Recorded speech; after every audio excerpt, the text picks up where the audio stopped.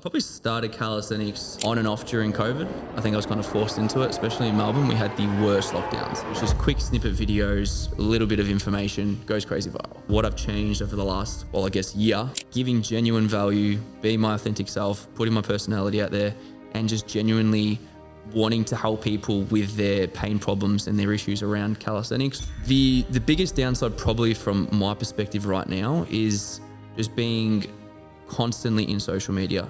I try not to look at my phone in the morning unless I'm doing something work related, and that is when my brain is just in a creative mode. I think it is a big shift happening. It's made me who I am, and I think I needed to go through a lot of that stuff. I think you need to put yourself in an environment where you'll find people that you want to be around. At the end of the day, in 3 generations, no one's going to remember you. No one's going to know anything. So it's just like, remember one day you're spinning on a rock and then you're going to be dead.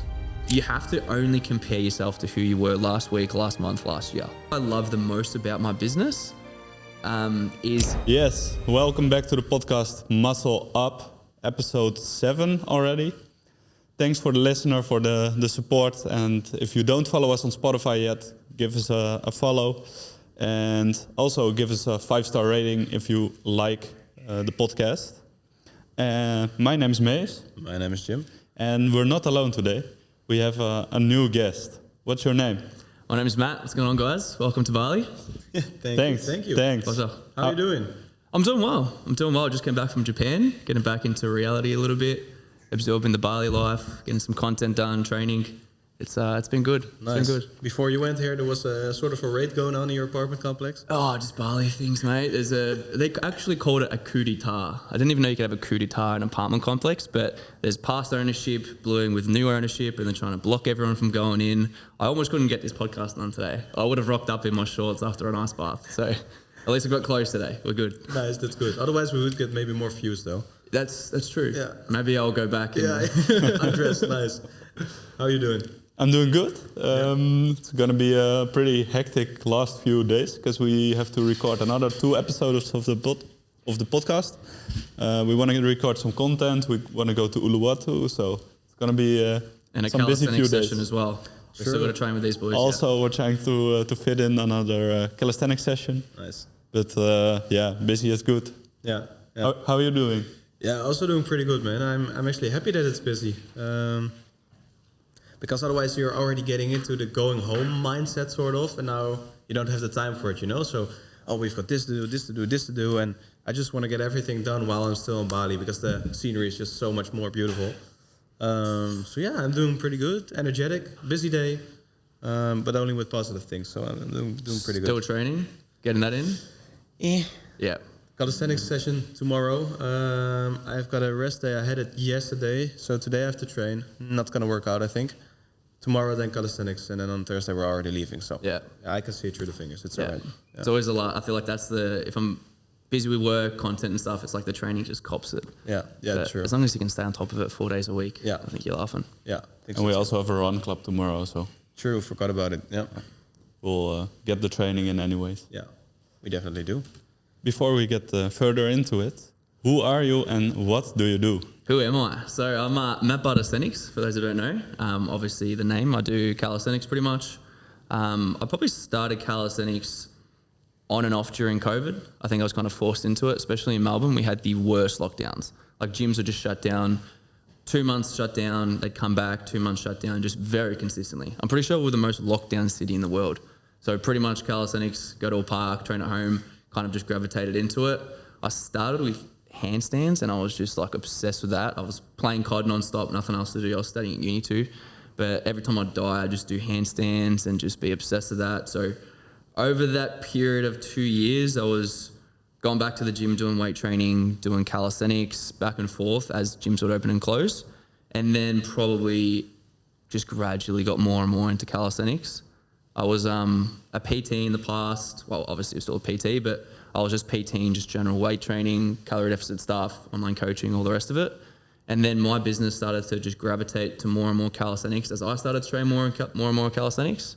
And I think probably, I would say 2 years ago, maybe a year and a half ago, I just did the full switch. I'm like, I'm going all in on calisthenics. Already had a really good base. Like I was already pretty strong at calisthenics, but I'm like, I'm going all in, both from a training perspective and a business perspective. I created the Instagram that some of the guys follow now, and kind of just went all in on it there. And now I'm sitting here doing a podcast with you boys. Nice. That's Where nice. are you from, you said? Say again? Where are you from, you said? Australia. Australia. So grew up in Melbourne, was there. I'm 28 now, was there till I was about 26. Moved to the Gold Coast and moved there probably a year and a half ago as well. And then I've just been living in Bali pretty much on and off throughout that period. Nice. It's too good here. Nice. Yeah, definitely, man. I can imagine. It's gross. How'd you got into the PT business? So I was studying osteopathy.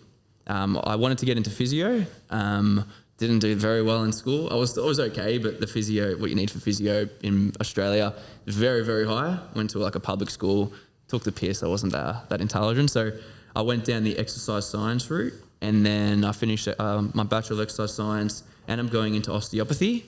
What is osteopathy? Pretty much physiotherapy. So it's like a little bit more specialized without going into more detail. A little bit more of like an extra year of studying. So I went through that. I've actually still got a year left. I've deferred. Can't see myself going back. Hope if my mum's listening, I apologise for that. But yeah, definitely not going to go back. Then this stuff's doing too well. But yeah, so I was studying osteopathy, so physiotherapy pretty much. And I was doing personal training on the side, obviously.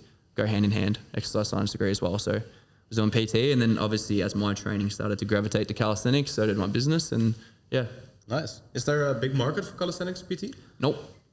No? No. So there's definitely worldwide, without a doubt, for sure. I think in Australia, it's still very niche. And to be honest with you, worldwide, it's still very niche. Okay. So I think if you talk about the general population, how many people would like to get into just general fitness? Obviously, so much more than calisthenics. I think calisthenics, I might have a biased lens, but I think it is getting a lot more popular these days. It's very hard to say. But at least growing up in Melbourne, I only knew a handful of people who did it. I trained with 2 other blokes. And that was more towards the end of my kind of stint in Melbourne. At the start, I knew no one. I just kind of figured it out on my own. Probably the worst thing to do, but that's what I more or less did. Cost me a few years of training for sure. But Same, yeah. But yeah, even in Gold Coast, there's definitely a big community, and there's definitely some more communities popping up. But to say that you could have 40 clients at a gym training calisthenics, probably not. But you could have 40 clients just doing bodybuilding or weight training, you know. Sure. But from a worldwide market, if you're marketing yourself online, there's a host of people you could probably tap into. All right. And yet you've got your own business now? Yeah. Within calisthenics, right? Purely calisthenics. So hybrid, but mostly calisthenics is the most part. How does it work out? So it's good. Yeah, it's I'm mostly at capacity in terms of clients. I've also got a community that I run to. So I've kind of got that low ticket, high ticket. So selling a cheaper offer and a more expensive offer, which is a little bit more personalized, and one's a little bit more community based. But yeah, look, I'm doing well. I'm able to live in Bali and save money and travel around and kind of not have to stress too much about finances and stuff too. So not that I'm making millions of dollars a year, but I'm doing quite well. Yeah. Yeah. That's nice to hear. Yeah. All right. Well, your audience on Instagram is pretty big. Yeah. I think you've got 124,000 100, followers. 142, but 142. I switched it around. yeah. That's fine. Okay. But how do you think it is that so many people follow you? Do you think it's for the calisthenics? Well, yeah, for sure. And I think with my following, I gained a huge reach very, very quickly. Very quickly. So like 2 of my videos when I first started, I honestly gained 50,000 followers in a month when I first started that account. Whoa. Just, it went bonkers. How?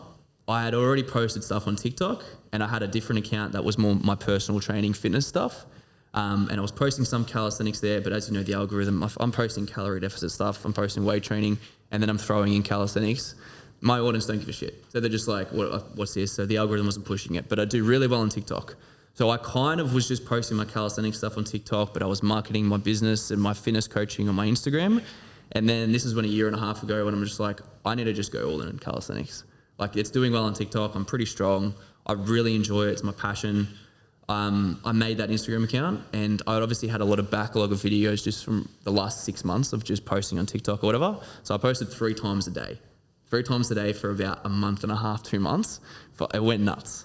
So I got a lot of reach, and a lot of the content probably wasn't as high value. Not that it wasn't high value, but they didn't get as much exposure from me personally. It was just quick snippet videos, a little bit of information, goes crazy viral.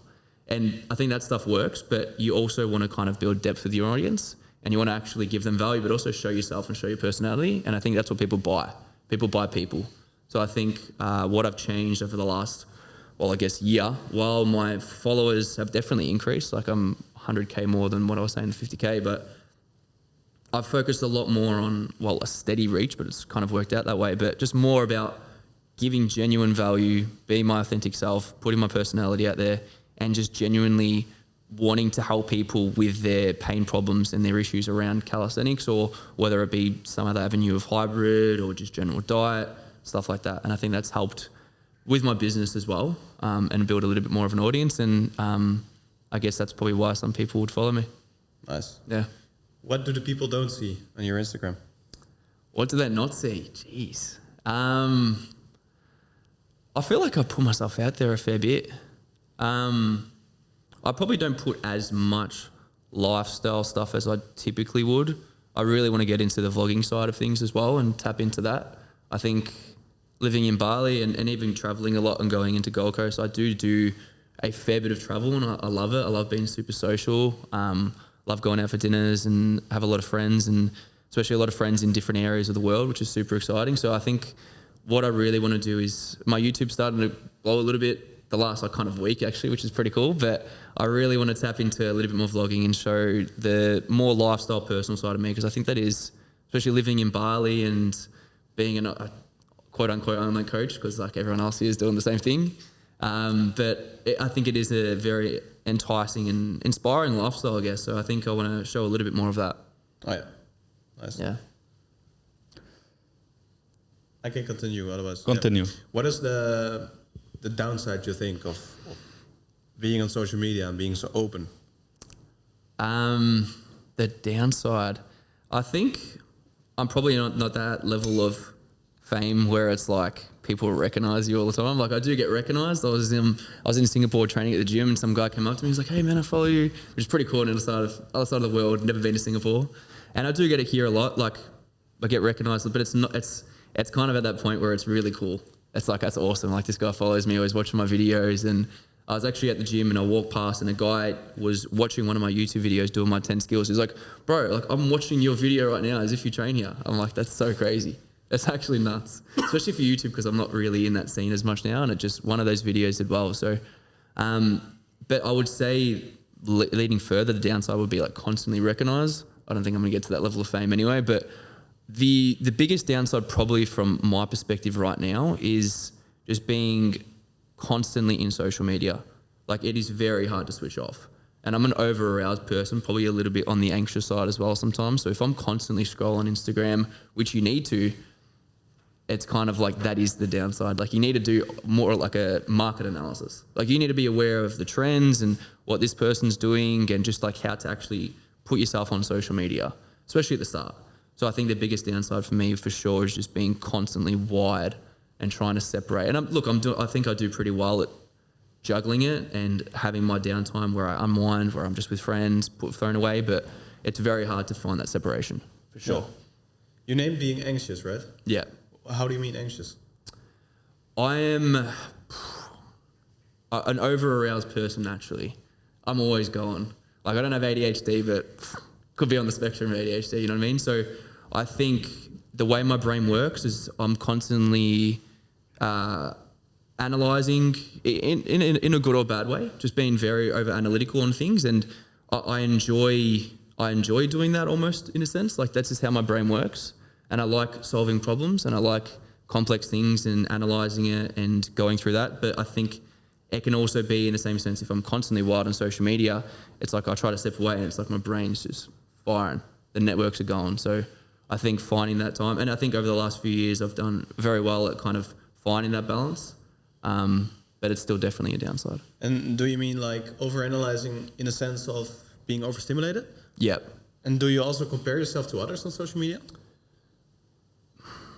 To be honest, I think I do for sure. I'm not without a doubt, but I'm kind of more or less aware of it. Like I don't be like, wow, this guy can do this skill and he's only one year in. Like, what am I doing? Like my genetics are shit. And if you're constantly comparing yourself to others, mate, you're always going to be shit. You're always going to be the worst in the room, the dumbest in the room. So It's not that that's inherently bad. I think I'm pretty good with it. I'm a little bit older now. I think if I got to where I am now at 21, it'd be a completely different ball game. I'm a little bit more mature, so it's not that I'm necessarily inherently comparing myself to others and that's what's bringing me down. But if you're constantly scrolling social media and you're always seeing the highlights of someone else, them doing this life, from a subconscious level, it always just might slightly bring you down a little bit, or might think that you're not doing the right things. And if this person's posting this content, I need to be posting something like that. I need to be doing this trend, that trend, that trend. So it's kind of hard to just kind of take a step back sometimes and just, you don't always have to be working. Yeah. You know what I mean? Because it's this lifestyle, I'm sure you guys can vouch for this. You're always working and you're always not working in the same sense. Like if you love what you're doing, like this is a lifestyle, you're working 24/7. So when do you stop? Yeah, true. You need to find that stop. Yeah. You need to be like, okay, the creator side of me, the business side of me, the calisthenics side of me needs to take a step back, and you need to have that outlet. Yeah, that's why I asked, because you're on social media, you post almost everything. Do you have that balance for yourself? I have a video editor and a videographer. Mm-hmm. So I think getting them involved helps a lot. Okay. So I can kind of schedule what I need to schedule, have what I need to be done, and have my time away. So I'll probably shoot content twice a week for 2-hour blocks, and I'll still do a little bit on my own time. But I guess, your brain's always going. Your brain's always thinking about it. But in the same sense, like, I love it. Yeah. I was saying this the other day, what I love the most about my business is in the morning, going to a cafe, getting my English breakfast tea, and just brainstorming how I can give value in an entertaining, inspiring way. That is literally it. Like there's this pain problem in calisthenics, whether it's unlocking a handstand push-up or whether it's wrist pain or whatever. How can I portray this message that I want to get to my audience in a value-driven, entertaining way that's actually going to create some form of inspiration, or them take away it and actually introduce it into their training. Isn't that hard sometimes? Yep. How do you deal with that situation when you don't know what to make? I stop. I let my brain, I do something else. So if my brain's not in creative mode, I don't force it. Okay. But I've worked out my routine and kind of how my brain more or less works. And I find first thing in the morning, very little distractions. I'm a morning person. Growing up in Melbourne, especially moving to Gold Coast, everyone's up early there. So things are a lot quieter, less people are up, there's less noise. I try not to look at my phone in the morning unless I'm doing something work related, and that is when my brain is just in a creative mode. And that's the same thing if I'm like kind of have a shit sleep, or if I'm a little bit stressed or whatever, and just they're not flowing, then I won't try it. I'll be like, okay, what can I do instead? I might just go do a workout, get started a little bit earlier, and then may come to it later. You also said that it would be very different if you were in this position at 21. Yeah. Who was Matt at 21 and who are you now? What's the difference? Oh, I was partying a shit ton at 21. That's probably the biggest difference. And I think that constant, when you're young, like you enjoy it, it's fun. And like I wouldn't change anything for the world, but I was a lot less driven. I still love training. Like training's always been a key pillar of my life. I was just doing weight training, played footy as well, Australian football. For no one will probably know that anyway, but Australian football. So I was playing a lot more, spending a lot of time with friends, and just more or less enjoying my youth than just over drinking, partying a fair bit. And I was still studying at uni. I was still going through the motions and stuff, but I didn't have that entrepreneur kind of mindset where I wanted to. And look, I always thought I would go down some route in that and really kind of push myself. And I've always been very driven from a young age. But it was just that period of my life where I kind of just put everything on the back burner. I just enjoyed going out, partying.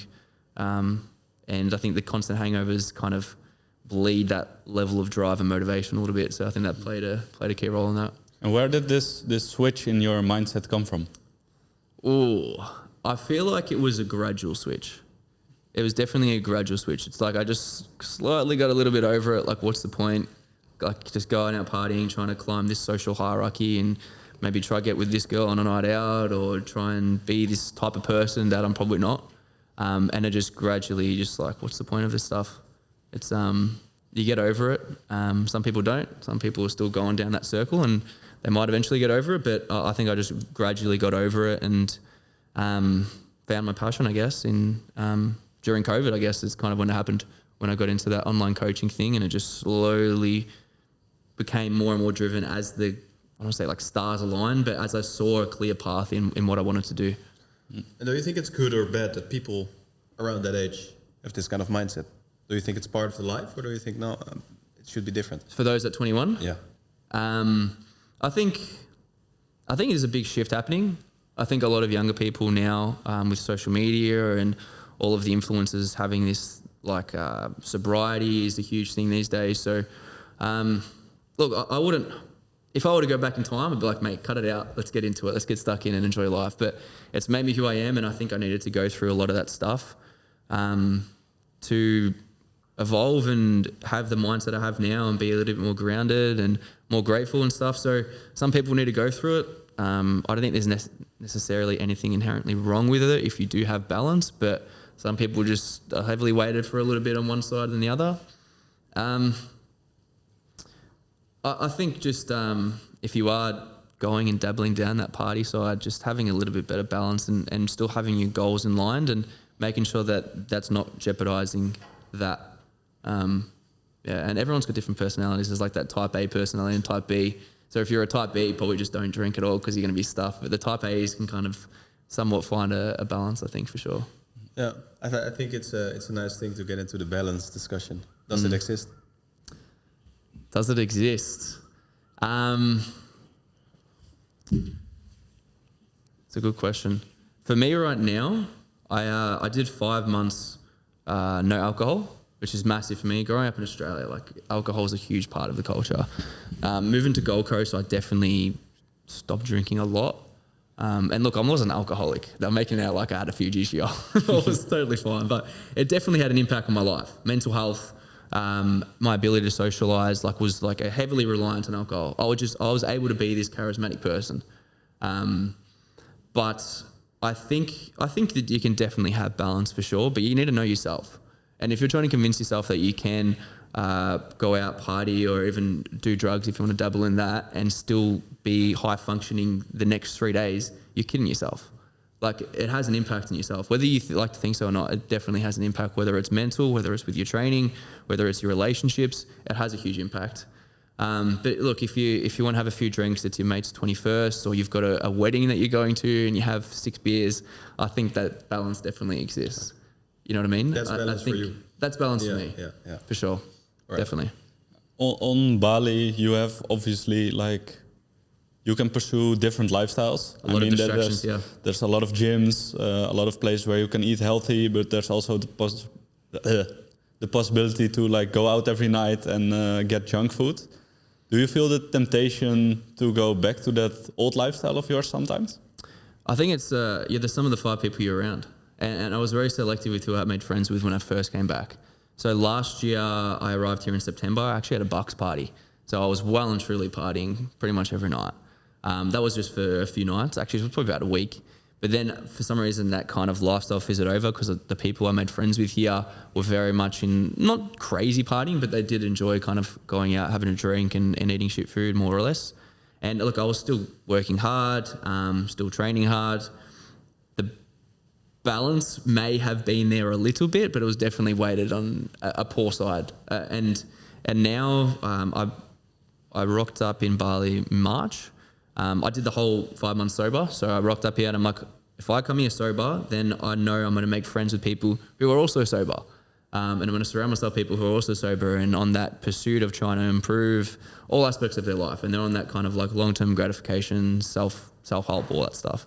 So, I think that's definitely helped me hanging around with people who are also on that path. That's been huge because I could very easily go to a different gym. If you guys like a night out, and I'd end up on a night out. Yeah. And even if I'm not being too bad, and I'm like, no, I'm not going to have a few drinks tonight. I'll just have 2 or 3.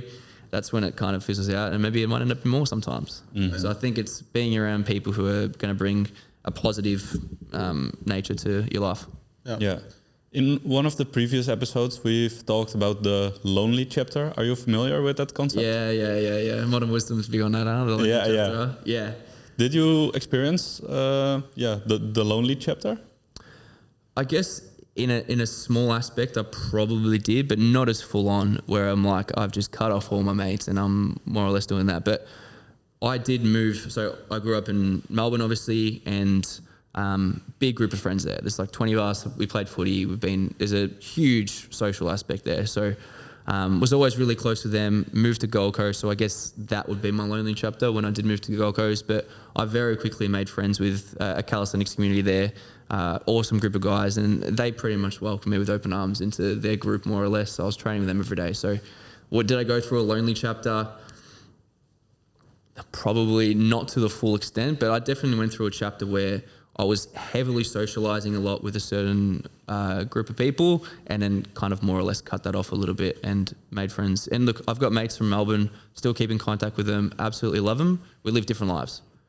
They're tradies, they work hard, a lot of them run their own businesses, they're doing quite well, but we just live completely different lives, different interests. So while I miss them and I still go off and see them all the time, I think one of the best things I did was kind of more or less move away from that, but more or less to be a part of people in a similar mindset and I guess reality that I live. And it's really helped kind of take the entrepreneurship, content creator life to that next level. And from a training perspective as well, being friends who do calisthenics helps too. Yeah. Helps a lot. As you made new friends very easily, would you have any advice for people who may have more difficulty with that? Yeah. And who maybe are going through their lonely chapter? I think you need to put yourself in an environment where you'll find people that you want to be around. So whether that's a particular gym, whether it's a run club, anything in that nature, I think it's the environment you be around. If you're wanting to make friends, but you're going to a yoga studio and that's not your type of people, then you're probably not going to find a whole lot of friends. You might find a mum or a grandma and stuff like that. If that's what you want to be mates with, then yeah. But I think you need to put yourself in an environment where you do it. And I think there's also one aspect of just kind of like biting the bullet. And then if you find yourself a little bit awkward or a bit socially anxious to meet someone, just bite the bullet and just do it. Worst thing that happens is you look like a bit of an awkward person and they think you're a bit of a loser. That is the worst thing that's going to happen. And best case scenario, you have a friend for life and a whole friendship group. So I think it's biting the bullet, putting yourself in environments and just introducing yourself. Yeah. For the people who don't know what memento mori means, what does it mean? Memento mori, it means I remember death. I had to think about it for a second. Like, what are you on about? Yeah, you just talking about my tattoo, by the way. It means to remember death. And why did you put it on your arm? Just to always appreciate, not so much the present moment, but to just kind of take a step back. If any issues arise, whether it's kind of like this person doesn't like you, you're having a blue with one of your friends, or you had a bad interaction, it's just like at the end of the day, in 3 generations, no one's going to remember you, no one's going to know anything. So it's just like, remember one day you're spinning on a rock and then you're going to be dead. You also wrote down graceful on your arm, or you didn't do it, but you let it put it onto your arm. Where did this appreciation for life come from? I think when I was in my early 20s, I went through, and this is why I touched on that anxiety stuff, I went through a lot of anxiety myself. I was definitely in my head a little bit too much. Definitely a big part of it was partying. I think that played a huge role. And I just had a negative look at life, I think. And while I've always been a very, very positive person, I think people who know me from my whole aspect of life, even during that time, they would say I'm a positive person. But my mental framework didn't match what I was probably portraying a lot of the time. And I think a huge thing that's helped me be a lot more grounded, appreciate relationships and also build relationships is just being genuinely grateful and also practicing gratefulness and gratitude. I think that's been probably one of the biggest things in my life. I think if I were to give any advice to anyone, if they're going through not even mental health problems, but they just want to somewhat create a better mindset and a better mental framework, is do Wim Hof and practice gratefulness. I love it. Nice. Yeah. If you don't want to tell, that's fine. But do you know where this anxiousness came from? I think I've always been an anxious person, for sure. So definitely an upbringing. I think I was just a little bit more on that side of things. I'm definitely I have no inkling of depression in my life. I'm very positive. I think life is absolutely amazing. And I think I have that in me. But I definitely am a more hyper-aroused, anxious person. And it well and truly came from partying. And do you fall back into old patterns nowadays sometimes? Yes, I do. I think definitely from hungover, I did get that anxiety, mate, so for sure. And I do find those same kind of, the same thinking that I had during those bad anxious times can definitely creep back in. But I think I'm a little bit more aware of it now, and I know to just kind of be like, okay, this is just the autonomic nervous system. Everything's a little bit fired. Just kind of chill, and then bring the system back down a little bit. So yeah, it definitely happens, man. I'm human, so and it's just it's a constant battle, I guess, more or less. Sometimes you just got to stay on top of it, but yeah. Can you take us in a moment where you feel anxious? Say it again. Can you take us with you in a moment where you felt anxious recently?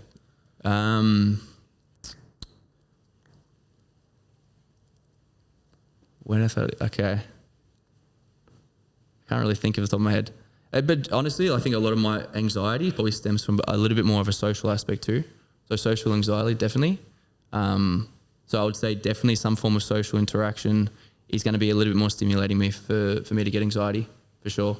And usually it would be around like if I'm hungover and I'm in a big group setting and there might be a dinner, and even if there's no hangover there, sometimes I can definitely still get a bit anxious. So I definitely would say it is definitely from a social aspect I get more anxious, for sure. What about now? Yeah, the heart racing a little bit, but I'm having a good conversation, so Nice. not too bad. Can imagine. That's good. I would think that if the social setting raises the anxiety in you, that it would be more difficult to make new friends. Yeah, so I think, look, I don't think I'm too bad, but I've just really worked on it, for sure. And I think I was always very social as a kid, but I was also like socially anxious as a kid, like growing up. Like I was always, I think I'm definitely an extrovert. I actually had this conversation with someone yesterday. I will definitely classify myself as an extrovert, or at least closer to that spectrum on being introvert, extrovert, but I also get social anxiety. So it's like, how does that work? So I think I put myself in situations all the time that make me uncomfortable. So you just get better at it. And what advice would you give to someone who is socially anxious, but an extrovert? Literally just put, if they're not as extrovert, it's a little bit different, but I would say you just got to, it's just, what do you call it? Cognitive behavioral therapy. You literally just put yourself in that situation. Exposure therapy. Exposure therapy is the one. So you just have to put yourself in those situations, and don't go from ground zero to a ground 100. Like just Small steps. Just like go on a date with this chick, go out for dinner, do this thing, go into this class that you don't want to do. You just have to be uncomfortable. And then your nervous system's going to see that discomfort and then eventually get a little bit more comfortable with it. And then 10 times later, you realize like, what's the issue with this? And you're going to have speed bumps along the way, but it's literally just about pushing yourself and just biting the bullet. And I guess I don't want to say this, but don't be a bitch, but that's literally it. Just don't be a bitch. Yeah. Just man up. Yeah. Ooh, that's nice. That's you said man up. Yeah. What does manning up mean? I didn't mean it in like a gender way. If you're a female listening, female up. But I guess it's just being strong. Knowing that you can do things, knowing that you have the capability to adapt and change and push yourself through whatever difficulty you're going through. And I think everything you're experiencing from an emotional perspective, from a situational perspective, is happening for a reason. And it's something that you need to go through. And 10 years' time, 20 years' time, all of the battles that you've overcome and the person you're becoming, that's what life's about. It's literally just about being better. And that's actually back on tattoos. This is Keizen. It's a Japanese symbol. Keizen or Keizen? Keizen, maybe. Like K-A-I-Z-E-N. And it means continuous improvement. True, yeah. And I was actually in Japan recently and everyone was laughing at it. But it does mean continuous improvement. Yeah. So I don't know. But yeah. So I think that's definitely one aspect. Nice. I think Toyota came up with the thing Kaizen, with the whole system for continuous improvement. Toyota? It was that's their like mission statement. The factory of Toyota who came up with that. There you go. Shout out Toyota. That's my next tattoo, I think. The Toyota logo. If you could take us with you in a day in Bali or a day in your life, what does it look like? As I said, English breakfast tea in the morning. So I do morning routine pretty quick. I either do box breathing or Wim Hof. Find it really grounds me. Why box breathing? Box breathing. First, for the people who don't know what it is, I know I do it sometimes myself too, but for the people who don't know what it is. So you breathe in for 5 seconds, hold for 5 seconds, breathe out for 5, hold for 5, or it could be 6, 4, whatever. Yeah. And there is a bit of research on personality types and how they breathe. And a lot of personality types who are hyper aroused and hyper anxious, they can breathe, hyperventilate a little bit. So they breathe a little bit more, especially when they're in social settings and stuff like that. So box breathing is a way to slow down your breathing, and that can help regulate your nervous system. And if you do it for 5 minutes a day, there's supposed to be a lot of research that it can actually kind of re-regulate your breathing outside of that time as well. So that's a reason why I do it. And after it, you feel a little bit more relaxed too, for sure. Yeah. So there's definitely that acute, but there's also that kind of long-term reasoning about it. And you have to progressively overload that too. So you might be at 4 seconds, and over time that gets a little bit more easy for you. So you have to move to 5 and 6, but that's why I do it. Yeah, I use it myself sometimes as well. When I feel anxious, I do box breathing, because it's good. Indeed, it's like when you're going in an anxious mode or an anxiety mode, your body thinks that you're in danger. It's your primary instinct. And when you do the box breathing, you kind of let your body know that everything is okay. You put it back to normal. It stops the hyperventilating. True. Yeah. There you go. And then after the tea, what do you do? So I head to a cafe. I'll have my English breakfast tea, and depending on the day, what I'll be doing, sometimes we're doing client check-ins, other admin stuff, I guess. But what I like to do best is that's my creative time. So I think about things that are going to move the needle the most in my business, which for the most part, it's content. Mm-hmm. So whether it's thinking about YouTube content or Instagram content, that's what I gravitate to. And then I'll also do some like client replies. I'll post on Instagram, do the admin stuff after that creative juice is kind of bleeded out, which happens after about 60 minutes I usually get. And from there, I'll probably shoot some content depending on the day. So I'll shoot some content, go back, I'll eat my first meal around 11, and then it'll be relatively light, probably a little bit high fat, some fruit, and then I'll train, chill at Nirvana for definitely a fair few hours. Nirvana is just like a lifestyle gym, which I spend way too much time in. It's just a really good community. So I'll spend a lot of time there with friends, socializing, all the rest of it. Have lunch, maybe do some recovery, probably do some more handstands. And then I might do a class in the afternoon. I'll go out for dinner with friends, and I guess more or less wind down and go to sleep at like 9:30 probably. Sounds good. Yeah. I've got two questions that are totally at the opposite from each other. The first one is, well, people ask me like, how do you do the handstand? How did you learn it? Yeah. And I always make a really rare comparison, or really weird comparison. I compare learning a handstand to smoking. To smoking? Yeah. I'm curious to see where you go with this. So how I learned the handstand the quickest was to do it regularly, not only in my training, but a few times a day. So I think you know where I'm going now. So I compared it with smoking. Why? Because every time a person thinks, oh, I'm going out for a smoke, like in a break or during work or whatever, takes a moment for himself and have a smoke, I do a handstand. You know what I mean? So whenever I'm working, I'm like, okay, my mind is a little bit like dwelling off. I'm going to do a handstand, just 5 tries or something, and then I'm continuing working. And I do it with everything. Yeah. And that's how I picked it up so fucking quickly. Could you find yourself? I think you just gave me a nice little hook for my next video, so I appreciate that. Tag me in it, please. But I tell this to clients, not in the analogy of smoking, but very greasing the groove, we call it. So it's pretty much just training something multiple times a day, by far the best way to go about it. It's the same concept of learning a language. If you're trying to learn a language, but you did it for 1 hour a week, you spent a long time doing it in that 1 hour, you might have done a class or whatever, but you don't touch it after that. You're not going to learn absolutely anything. You need to have that consistent exposure. It's the exact same with any skill that's very skill related, especially handstands. So I try and program clients to get the frequency in with shorter duration. You're also a lot fresher, it facilitates a lot more stuff in your nervous system, your brain. So that's definitely a big thing. So it depends on the person. Sometimes they're just so busy that they just can't. And they can't prioritize it. They'd rather have their dedicated time where they train. So I think that's where I'll do like 20 minutes in the session, whenever. Yeah. But you're right, frequency is the most important thing. For myself personally, during COVID, I was studying at uni, so I'd either be studying or I'd be playing COD, playing Warzone. And every time I would die in Warzone and have to be revived from my friends, which would be very frequently, I sucked, I'd be doing handstands. So you can see I was playing COD for like 6 hours a day. So you can see the frequency I got. I got my handstands within a month, literally within a month. Exactly. And I might have had a decent base of strength, I guess, and my mobility might have been okay. So I got a little bit quicker, but the frequency there was just huge. And then I got it quick as. So if anyone wants to get a handstand, just think, smoke a cigarette, have a smoke, and then have a handstand. Don't minus the smoke. Minus the smoke. Exactly. It's the same with building your shoulder strength. At least that's how I, by example, learned the L-sit to handstand. I had at a certain point the will to keep the handstand going, and sometimes I fell over, and sometimes I fell back.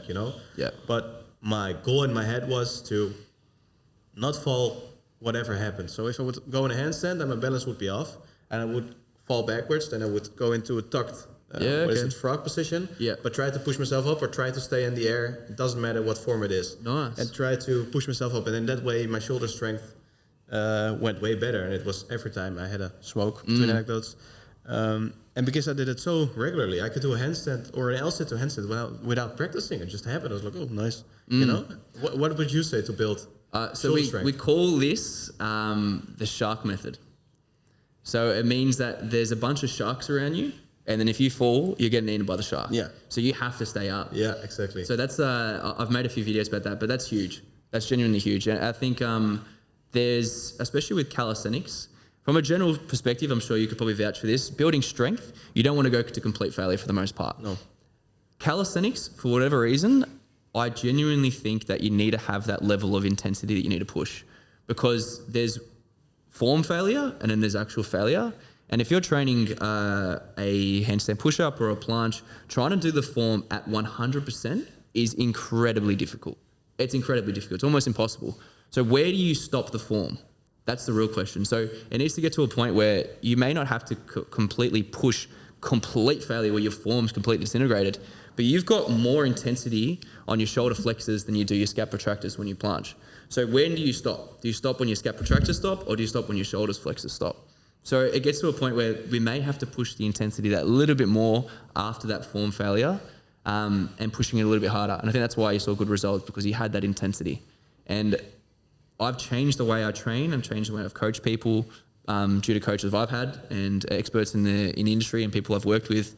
For whatever reason, I really do think that you get more results completely really pushing yourself at a higher intensity with calisthenics. And I think it taps into that reason about how form is so technical, and sometimes you can push past it a little bit. But yeah, it's an interesting topic, and it's highly ambiguous too. If I posted a video recently and I copped a fair bit of stick about that kind of topic. Nice. There's a group that say one thing and another group that say another. So it's true, definitely. And that's with everything. And do you think that weight training, especially compound exercises, by example, a double shoulder press or a military press, helps with, by example, a handstand push-up? Helps. Yeah? I think it definitely helps. I would say if you wanted to completely optimize your training and say you're at ground zero right now, what's going to get you the quickest way to a handstand push-up, a full planche, whatever it is, I think specificity is key. Is a barbell shoulder press, especially if you do it with like fixed elbows, not completely flared, and in a movement pattern you would typically do with a handstand push-up, is that going to help? 100%. You're lying if you think it's not going to help. Is it going to help as much as doing a nice pike push-up, progressing to an elevated pike, a wall handstand push-up? Without certain, it's not. Specificity is key for sure. Okay. And it's the same thing with planches. If you're doing like a dumbbell shoulder planche raise, and you're training a planche is going to trump it every day of the week. Yeah. But it's still not saying that that's not going to help. Yeah. True. And then I've got my other questions, because I had one question, but we diverted a little. Sorry, Mees. It's a monologue now. You said you were always overanalyzing. Yeah. So I think until now you've made the sort of an analyze of us two. Did you? From a subconscious nature, I may have. I don't think I have, actually, to be honest with you. I just met these guys, by the way. Yeah, true. Yeah. About half an hour ago. Shout out to Dawo, by the way, for connecting us. Yes, legend. That's legend. Nice. He's also a strong boy too. Definitely. Yeah. I'll give you the challenge, and it's probably based on prejudgment, which is fine. Okay. Make an analyze of us, starting with Mees. Mees, okay. What kind of person Just is he? staring him in his eyes right now. I think he's a very intelligent person. I think he comes across very intelligent, a little bit introverted. Intelligent but introverted. He doesn't have his top off, so I can't tell how strong he is, but he's got a bicep vein popping through. So I think he's very disciplined, and he also knows what he's talking about. And Jim he's got his rig out at the moment, so I think that's why he's asked the question. So, and I do have a bit of a background. I know you're a psychologist, so you studied to be a psych? Yeah, I work in therapy in psychiatry. Yeah. And even his mannerism, the way he talks and holds himself, I think he's very emotionally intelligent, but also intelligent as well. But they're both very, very smart guys, and you can tell they're incredibly disciplined, especially obviously Jim because his top's off. So, yeah, that would be it. I think it's pretty accurate. Yeah. Yeah. Yeah. Are you familiar with the personality disc thing with the colors? No. Like that certain colors stick to a certain person? No, I haven't heard this. No, okay. Well, there's this theory, and I think you can explain it better than me. You read the book, right? Mm-hmm. Can you explain it? Yeah, so there's a lot of discussion about how accurate the DISC test is, but it's a personality test where you have these different colors, like blue is more like analytical, more structural. You have red, who may be more impulsive. Orange? Yellow is seen as more like an inspiring people, good in talking, very social. Yeah. And then you have green. Green is the more social one. Always thinks about other people. And I think you're more the red one, and I'm more the blue one. So you're a little bit more impulsive, a little bit more direct, and I'm more like analytical. Okay. So I think your observation was pretty I'd accurate. vouch for that. Yeah. That's cool. I like that. I've done a few of those personality tests actually. I think it would probably stem from the same thing without the disc, more or less. Yeah. I'm not sure if you've done it, but the Big 5 personality test from Jordan Peterson, or I'm not sure if it is from Jordan Peterson, but Jordan Peterson has one. Yeah. Do it. I'm not sure if you've done it. It's $10. Yeah, the last one I did, and I can't remember if you asked me about it, I can't exactly remember, but I got a lot of, what's the word for it? Understanding myself and kind of closure. Understanding myself and closure about how I think and why I do certain things. But is it a test? It was a test. That's from Jordan Peterson as well. Understand myself. No, so I just said that. Nothing to do. That's probably a coincidence. But yeah, I got a lot of closure in terms of myself and why I do certain things and how. So I think learning about yourself, and if you can kind of do some form of test and see why you do certain things, and I think they also tap into things that you may struggle with in your life. And I think if you can resonate with that and you can kind of beat it before it gets an issue, I think it's a huge thing. So I should definitely, I'll do that one again. Yeah. I love doing that stuff. It's interesting. Yeah. Very cool. There is a sort of test or a program. That's the one I said, understandmyself.com. Yeah. We're not getting sponsored, although I would love to be sponsored.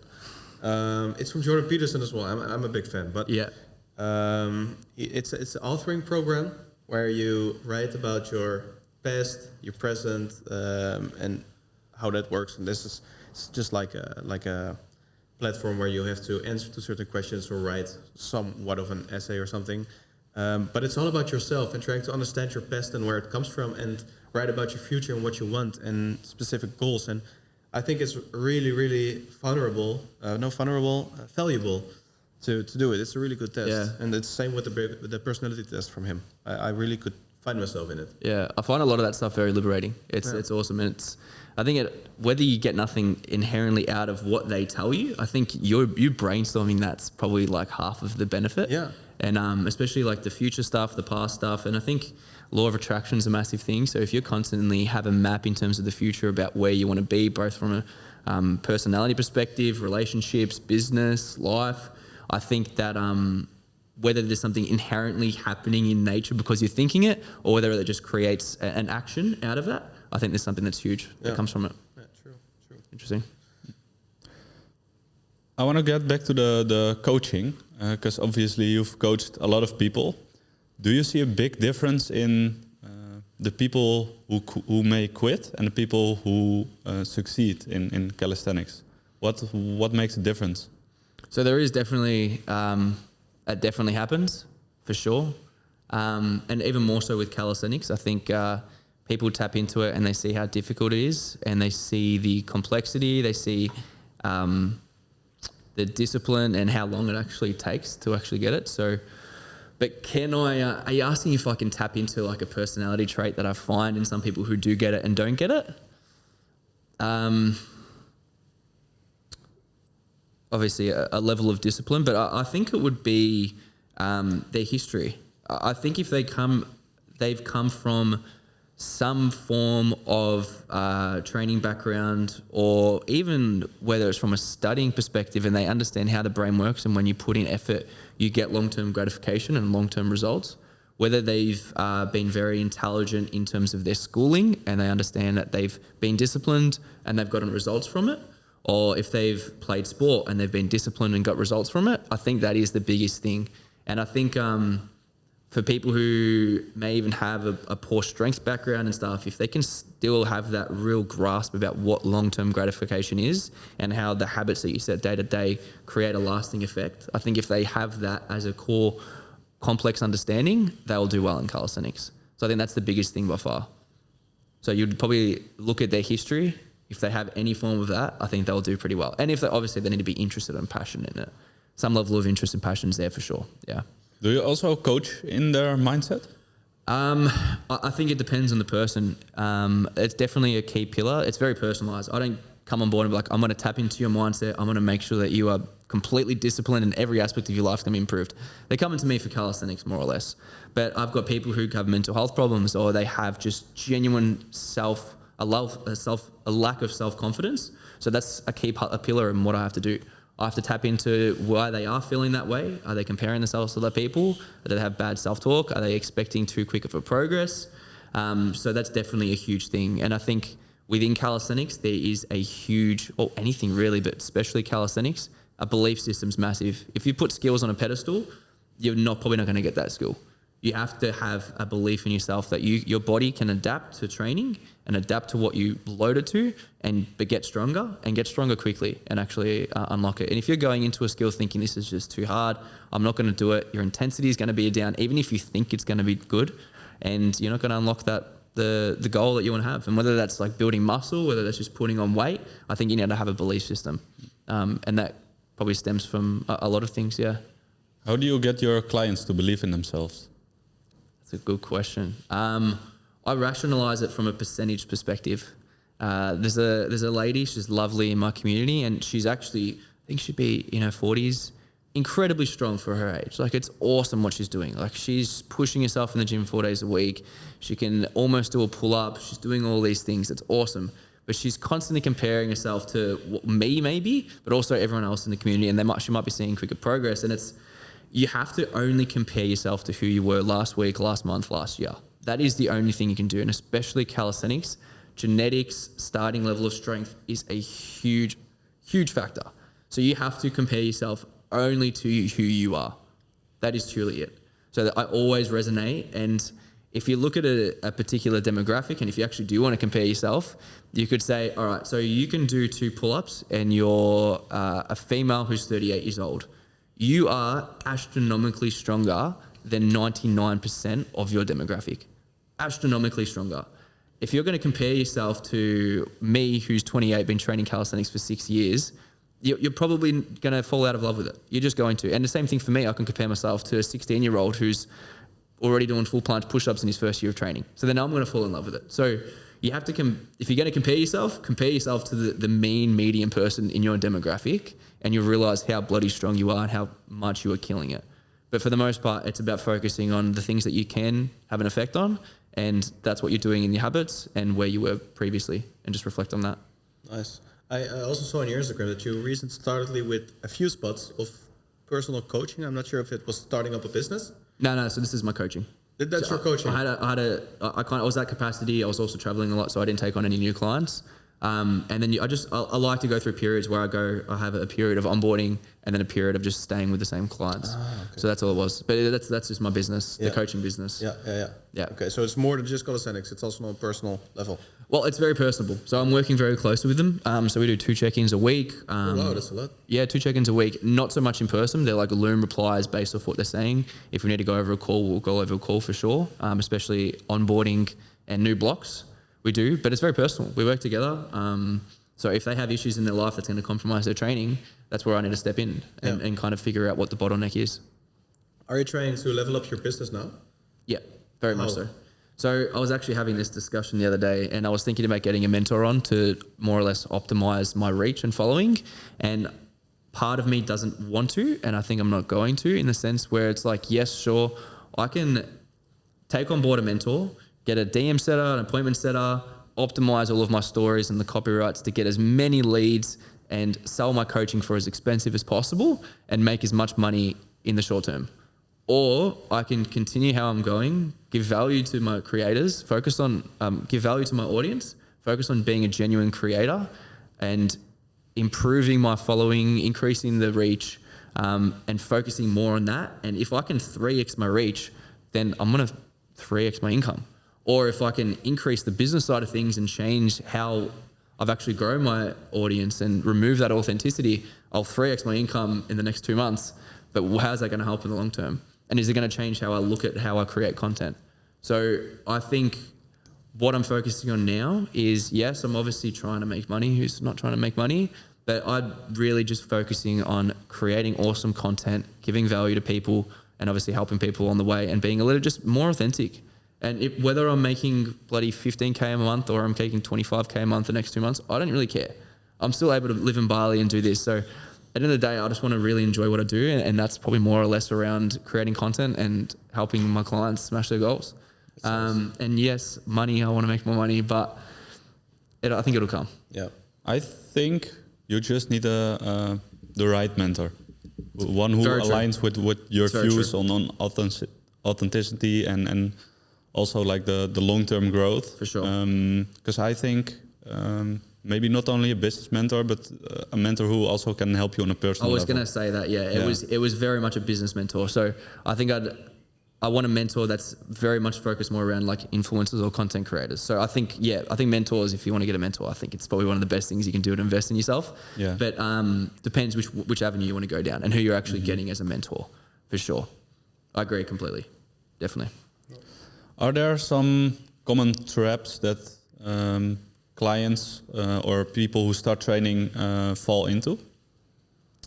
Common traps. Wanting to change everything. Constantly wanting to change everything, having variety too much.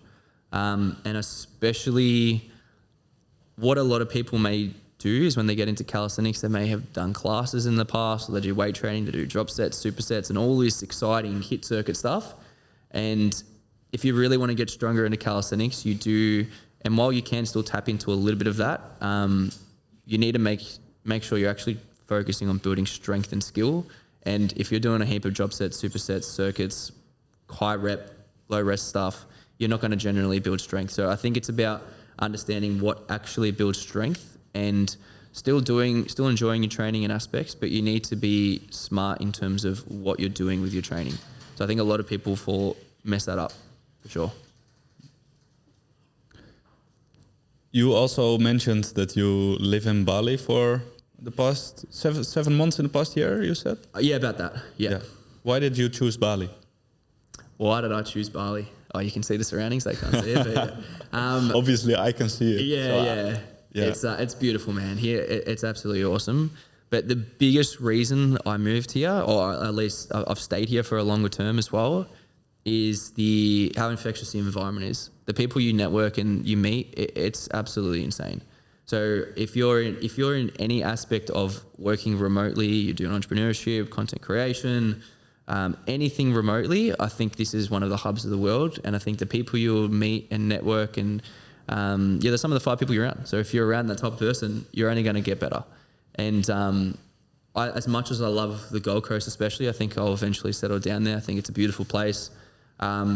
It's built for people who work 9 to 5s or built for people who do tradies. And if everyone's doing that, that's what the society is built on, which is completely fine.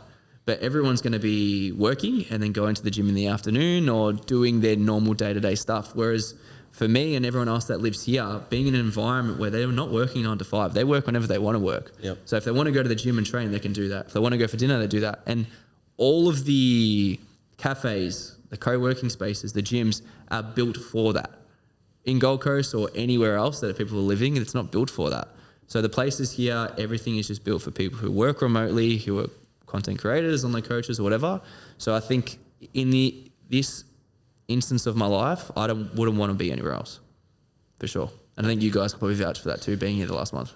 Yeah, true, definitely. It's the surrounding, the people here. It's like the thing you said, the people who you surround yourself with is what you were going to become. Yeah. And I highly believe in that as well. I'm not sure if I could live here though. What about you? It's too hot for you boys, huh? Being from the Netherlands, too hot for you? Yeah. No, I've been here before for 6 months. Okay, there you go. Yeah. Well, true. so you wouldn't live here long term as in like the next 5 years. Yeah. I think that's probably fair enough. Yeah.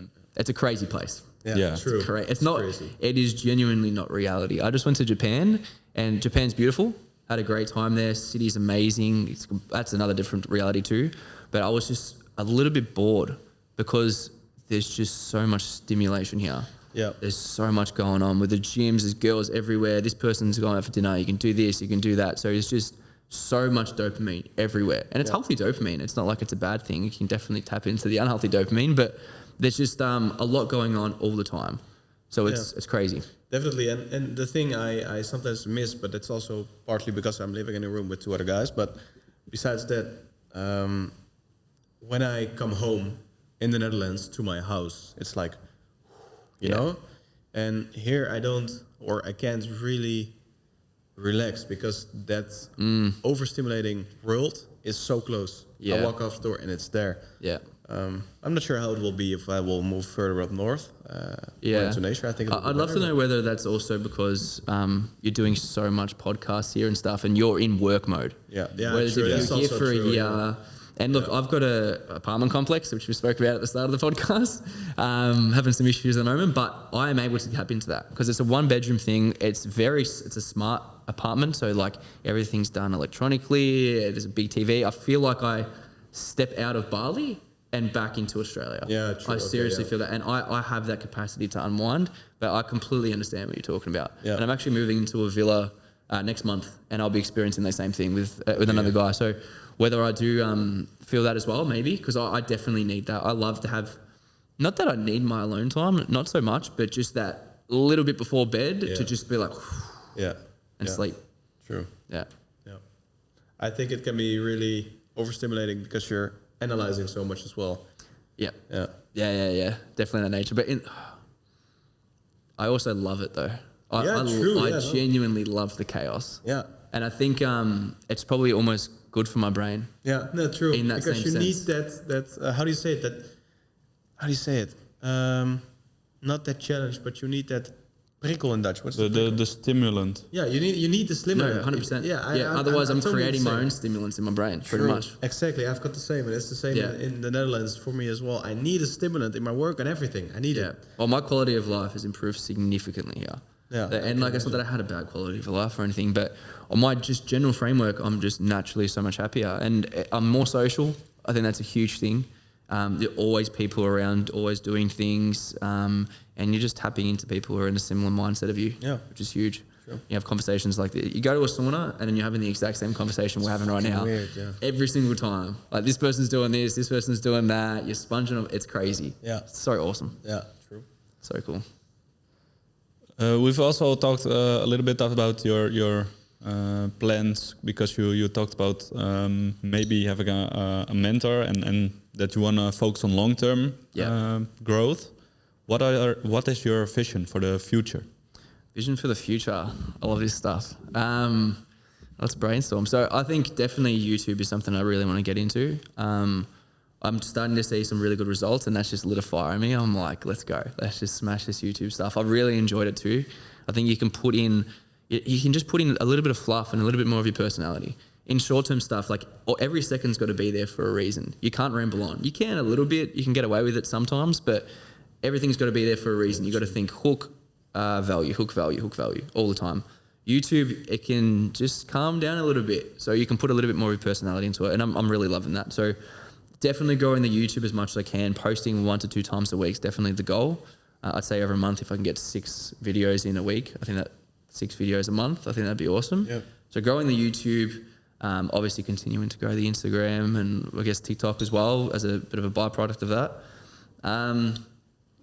I'd love to settle down in Bali, and like I have my own villa here, and really have like an investment property, and have an awesome setup where I've got like a calisthenics workout park in the background. If it's there, you let me know. Oh, 100%, mate. More than welcome. More than welcome. And have like a studio where I can just shoot content in the luxury of my own villa. And having just as little resistance to get stuff done is the goal. And in terms of a business perspective outside of the creator stuff, I really want to grow a community.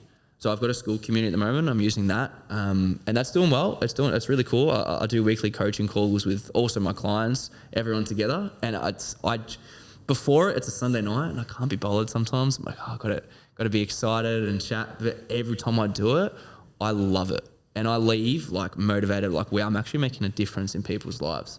Because when you're creating content, sometimes you post it, see you later, you get a few comments, but you don't see people. You don't see the impact you're having. But when you see that stuff and people are kind of like excited to ask this question, or they're seeing growth and they're posting this video in the community 2 weeks ago and now they're seeing that, it is awesome. So my end goal is to create an awesome community and just like help people have, whether it's an app, or I do have an app, so that's one thing, but improving that and just like growing the community where people can just like tap into that infectious nature of being around other people trying to improve themselves. Yeah.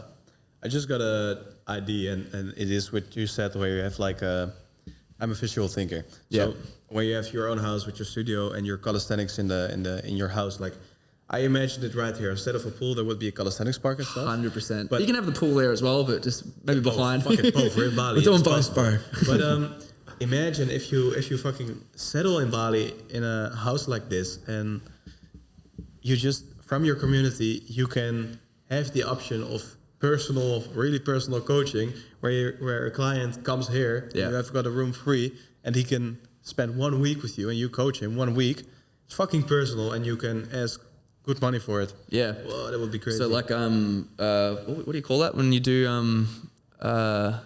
that with a group of people in Bali? Like sort of retreats. Yeah, retreats. I don't know, yeah, exactly. Retreats would be awesome. So yeah, I'd love to tap into that. I know a few people that I'm mates with who have experience running retreats as well. So whether I tap into them, like there might be some like a mindset side of things, or even a yoga or a handstand, and I can do some calisthenic stuff. Yeah, that'd be absolutely awesome. Like I'd love crazy, that. Man. Well, that'd be pretty cool. Yeah, nice. That's nice. And so this is a little bit of your vision for how you see your own future, and with your coaching, where do you want to go with your coaching? I'd love to have my coaching. At the moment, I usually cap around like 35 spots. Like that's, I've had 45 in the past, and I felt like my quality of service wasn't as good. So I've capped it at 35. I think that's really good and a good balance. I'd love to only literally take on 10 and just have 10 weapons who just want to absolutely smash it, and be selective with who I take on, and obviously have everyone in the community. That's the main focus. But just be like, all right, if this person wants to come on board, I see their vision, I see that they want to smash it, and they want to improve aspects of their life. I'd be like, let's go. And I'd love to also tap into mentoring as well, like personal brands. I've got probably an analytical mind, but I love the aspect of building a personal brand and the concept of social media marketing. I genuinely like that's my business. At the end of the day, like I'm a content creator, like I'm pretty much a marketer. I'm not even a personal trainer these days anymore. 90% of my work's that. So I have a passion around it. I love it. I think it's really interesting. So maybe doing some mentoring around that would be pretty cool. Yeah. Could you give some advice on starting your personal brand? You have to deep scroll, just doom scroll 24/7. Literally, like whatever people have told you to do, don't do it. Like you need to understand the market. You have to if you're stepping into a business but you haven't done a market analysis, you're an idiot. Like you have to see what the competitors are doing. You have to see why people in the industry are doing well or why they're not doing well. And if you're not doing that with social media, you have to. That's the number one thing advice I'd give. And I think I would probably tell people to understand TikTok. As bad as TikTok is as a converting audience for your business, I don't think I probably have gotten clients of TikTok, but a much less percentage compared to my following. My following is bigger on TikTok, but I think TikTok teaches you to understand how to actually create a personal brand, because the way the audience, or the way the algorithm pushes, it pushes people. It doesn't push like crazy edits, this person doing that, whatever. It's simple stuff, but it pushes you putting your personality in there and your life out there. So I think understanding TikTok and building that, I think that'll really help you understand how to build a personal brand. Interesting. Is it already the question? Is it already there? Wait, I was typing. I was taking notes. I have some other questions before we go to the final one. What is one belief you hold now, which you didn't have 5 years ago? Oh. One belief that I hold now that I didn't have 5 years ago. I wish you asked me this question before so I could think about it.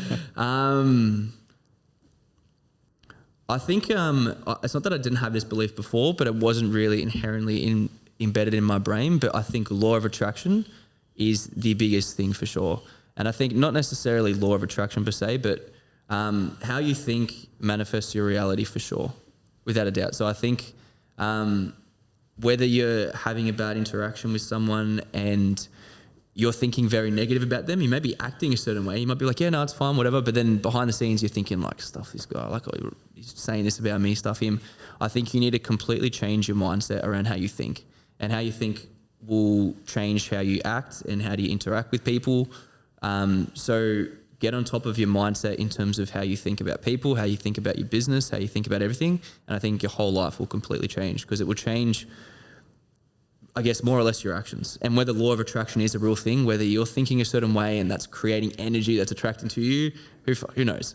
But I think it's going to change your actions at the end of the day, and that's going to completely change your life. That's biggest, yeah, for sure. Yeah. And if you could talk to your younger self who didn't hold this mindset, what would you say to him? Pull your head in, mate. I would say, what would I say to him? I feel like he understood it. That's the thing. I think if I would explain it to him, he'd be like, yeah, no, that makes so much sense. But they just didn't put in the action. I think it was a part of me that was almost like, later Matt's going to work it out. And while I guess it's kind of happened, that I'm fucking crazy successful, but I guess that's more or less happened. But I think it's, you just need to start now. Why, what's the point of waiting? Like, why do you want to wait to be the person you want to be? Like, start being the person you want to be from any aspect of your life. Like, you're on this earth for a short amount of time. Make the most of each year. Like, become the person that you want to be and be the person you want to be. Yeah. Nicely said. Thank you. We can almost finish it with this one, but do you have any final piece of advice for the listener? What's the listener? In terms of, like, from what perspective? Are they a listener from a calisthenics perspective? Business? A listener for everything. the podcast. Okay, listen to the podcast. What general advice would you give? What general advice would I give? Focus on your habits. Habits are absolutely everything. If you can nail your habits, I think everything in your life is going to kind of just compound. So I think everything you do, from a morning routine, what you do during the day, what you do at night, your thought processing, create habits that have a lasting effect. And whether that's doing gratefulness practice, Wim Hof, box breathing, anything that anyone else does, find what works for you, create habits around it, and find things that are going to have a lasting impact on the person that you want to be. So building habits is huge. Nice. Thank you very much for being on this podcast. Pleasure. It's been awesome. First podcast. I've genuinely loved it. It's been awesome. Honored. Appreciate it, guys. Nice to hear. Where can people find you? Matt Calisthenics, Instagram, YouTube, TikTok. That's the best way. Nice. Beautiful. Thank you so much. Then I would say stay inspired, motivated, and focused on your goals. Thanks for listening to Muscle Up, and see you in the next episode. Cheers, boys. Welcome back in reality. Yeah, it's a bit like that, isn't it? It's weird, right? It is. This headset is sometimes...